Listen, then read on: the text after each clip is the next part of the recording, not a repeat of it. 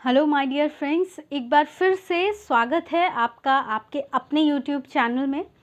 तो हम आज के इस वीडियो में पुरुषों से जुड़ी एक समस्या को डिस्कस करने वाले हैं, जो कि सीरियस तो नहीं है, लेकिन आपने बहुत सारे पुरुषों में ये प्रॉब्लम ज़रूर देखी होगी।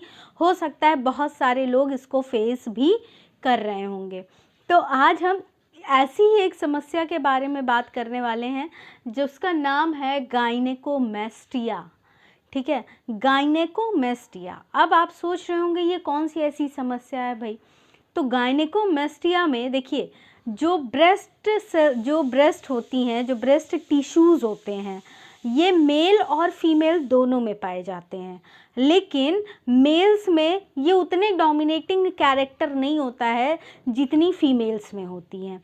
लेकिन कुछ पुरुषों में क्या हो जाता है कि उनके जो ब्रेस्ट होते हैं वो महिलाओं जैसे हो जाते हैं, बहुत ही उभरे हुए, स्वेलिंग हो जाती है उनमें, और ऐसा लगता है जैसे वो फीमेल बॉडी स्ट्रक्चर हो गया है। तो इस तरह की प्रॉब्लम हो जाती है, यानी ब्रेस्ट महिलाओं जैसे होने लगते हैं। तो ये देखिए, इस कंडीशन को हम गायनेकोमेस्टिया कहते हैं। अब आप कहेंगे कि ये मोटे लोगों में ज़्यादा होता है, तो मैं आपको बता दूं कि होता तो है मोटे लोगों में ज़्यादा, लेकिन ये फैट तो नहीं होता है। ठीक है, फैट बिल्कुल भी नहीं होता है। हाँ, मोटे लोगों में होता है जिनमें ओबेसिटी ज़्यादा होती है या फिर जो ओवरवेट ज़्यादा होते हैं, उनमें फ़ैट का डिपोजिशन इधर उधर हो जाता है, लेकिन ये फैट बिल्कुल भी नहीं है। जो अब हमारे देखिए, मैं आपको बताती हूँ, जो ब्रेस्ट होता है इसमें दो तरह के टिश्यूज़ होते हैं, ग्लैंडुलर टिश्यू और दूसरे होते हैं फैटी टिश्यू। तो इन्हीं की ग्रोथ जब पुरुषों में ज़्यादा हो जाती है, यानी कि टिश्यू की ग्रोथ ज़्यादा हो जाती है, ग्लैंडुलर और फैटी दोनों, तो क्या होता है, ब्रेस्ट उभरे हुए से दिखने लगते हैं पुरुषों में। इस कंडीशन को कहते हैं गायनेकोमेस्टिया।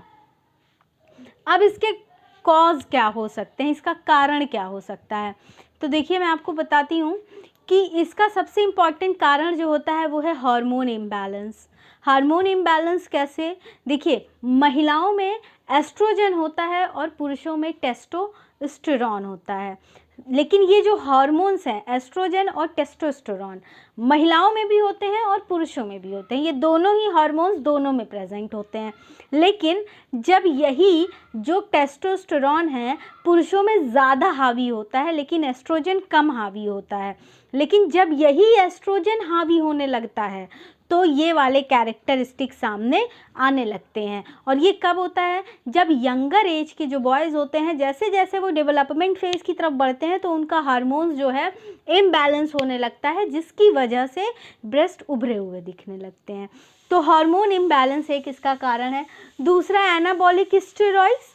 जो लोग वज़न अपने शरीर को हैवी करने के लिए कुछ भी स्टेरॉइड्स ले रहे हैं, खा रहे हैं, कोई भी टैबलेट कुछ भी, तो उनमें ये ज़्यादा हो सकता है। ठीक है, कुछ एंटीबायोटिक्स भी ऐसा कॉज करती हैं, कुछ कीमोथेरेपीज़ की वजह से भी ऐसा हो सकता है। जो ट्राईसाइक्लिक एंटी डिप्रेसेंट ड्रग्स होती हैं वो भी ऐसा कॉज करती हैं। और जो एंजाइटी कम करने के लिए डायज़ेपाम लोग ट्रीटमेंट में लेते हैं, या जो हार्ट संबंधित बीमारियों को सही करने के लिए कैल्शियम चैनल ब्लॉकर जो दिया जाता है, वो ड्रग्स, उस क्लास की ड्रग्स ऐसा करती हैं। और एंटी एंड्रोजेंस, ये कुछ ऐसी ड्रग्स हैं जिनके वजह से क्या हो सकता है, ब्रेस्ट की स्वेलिंग हो सकती है पुरुषों में। अब इसके साइंस क्या है, सिर्फ और सिर्फ एक ही साइन है, that is swelling in breast, आपको सामने से दिखेगा। फिर नेक्स्ट इज द डायग्नोसिस। देखिए, पहला इसका जो डायग्नोसिस है वो है कि फिज़िकल एग्जामिनेशन किया जाए, डॉक्टर फिज़िकली देखेगा और बातों को समझेगा। ठीक, इसके आगे बताने से पहले मैं आपसे रिक्वेस्ट करना चाहूँगी कि यूट्यूब पे हमारा एक और चैनल है 10 डायरेक्शन न्यूज़ के नाम से, प्लीज़ आप उस चैनल को भी विज़िट कीजिए, जिसका डिस्क्रिप्शन में मैं लिंक दे रही हूँ, और उसे भी सब्सक्राइब ज़रूर कीजिए। दूसरा है डायग्नोसिस करने का तरीका। देखिए, अगर ये फैटी टिश्यू भाई इधर उधर ग्रोथ कर गए हैं, ग्लैंडुलर और फैटी टिश्यू ग्रोथ किए हैं, तो ऐसा भी हो सकता है कि ये कैंसरस इन नेचर भी हो सकते हैं।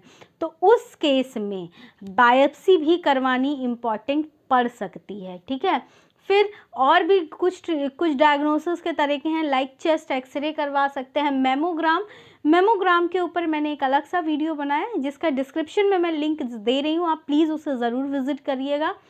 फिर एमआरआई करवा सकते हैं, और क्या करवा सकते हैं, टेस्टिकल्स के अल्ट्रासाउंड करवा सकते हैं।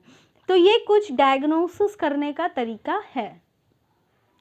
अब मैं ट्रीटमेंट की बात अगर करूं तो देखिए, फिज़िकल एग्जामिनेशन के बाद डॉक्टर्स ये बता देते हैं कि ट्रीटमेंट कराने की कोई ज़रूरत नहीं है, ये अपने आप ठीक हो जाएगा। ये कुछ 6 महीने से लेके 2-3 साल तक में ये पूरी तरह से अपने आप ठीक हो जाता है, जब पूरी तरह से डेवलपमेंट हो जाता है। तो जो हार्मोन्स का ऊपर नीचे हुआ रहता है सही हो जाता है। अगर उसके बाद भी नहीं सही हो रहा है, तो अगर पता लगा है कि हार्मोन का इम्बैलेंस है, तो उस केस में हार्मोन्स थेरेपी दी जाती है। ठीक है, हार्मोन थेरेपी क्या करेगा भाई, पुरुषों में एस्ट्रोजन बढ़ गया ना, तब तो ये हुआ। तो हार्मोन थेरेपी में क्या करना है, इसी एस्ट्रोजन को ब्लॉक करना है। तो इस एस्ट्रोजन को ब्लॉक करने के लिए एक एंटी कैंसरस ड्रग है टैमॉक्सीफेन। इस ड्रग को देंगे तो जो एस्ट्रोजन बढ़ा हुआ है वो कम हो जाएगा। तो ये हार्मोन थेरेपी है। फिर हम दूसरा कर सकते हैं ब्रेस्ट रिडक्शन सर्जरी।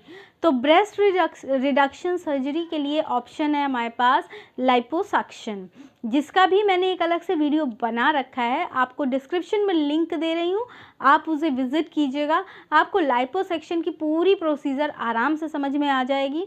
फिर उसके बाद एक काम कर सकते हैं कि टेस्टोस्टेरॉन रिप्लेसमेंट थेरेपी हम चला सकते हैं। ठीक है, कि अगर लो टेस्टोस्टेरॉन लेवल है तो हम इस टेस्टोस्टेरॉन रिप्लेसमेंट थेरेपी के थ्रू जो है उसको भी हम ठीक कर सकते हैं। तो ये हमारे कुछ गायनेकोमेस्टिया से रिलेटेड कुछ इम्पॉर्टेंट फैक्ट्स थे।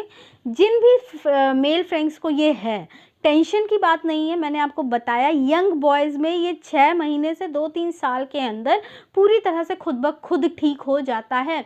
लेकिन अगर सिम्टम्स ओल्डर एज में परसिस्ट हो रहे हैं तो उस केस में ये सारे ट्रीटमेंट्स लेने पड़ सकते हैं।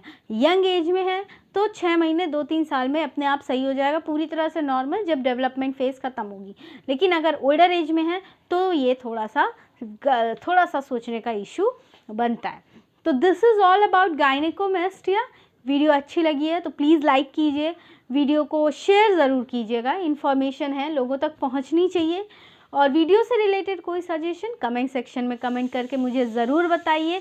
और अगर वीडियो अच्छा लगा है तो चैनल को सब्सक्राइब करना मत भूलिएगा और बेल आइकन ज़रूर प्रेस कीजिएगा। Thank you very much.